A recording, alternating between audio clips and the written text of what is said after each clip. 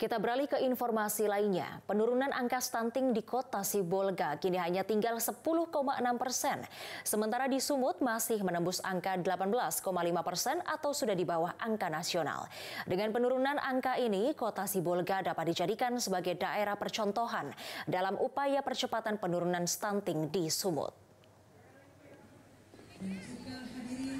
Kepala Perwakilan BKKBN Sumut Munawar Ibrahim mengapresiasi kota Sibolga yang dapat dengan cepat menurunkan angka stunting sehingga menjadi tuan rumah Harganas Provinsi Sumut ke-31.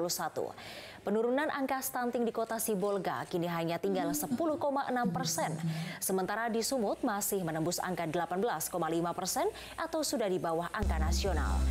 Dengan penurunan angka ini, kota Sibolga dapat dijadikan sebagai daerah percontohan dalam upaya percepatan penurunan stunting di Sumut. Sementara Wali Kota Sibolga Jamaluddin Pohan sehari sebelumnya dalam sesi dialog interaktif yang diselenggarakan BKKBN Provinsi Sumatera Utara menyebutkan salah satu upaya kota Sibolga dalam penurunan angka stunting dengan berbagai program. Salah satunya program Bapak Asuh Anak Stunting untuk pemberian makanan tambahan bergizi bagi anak beresiko stunting.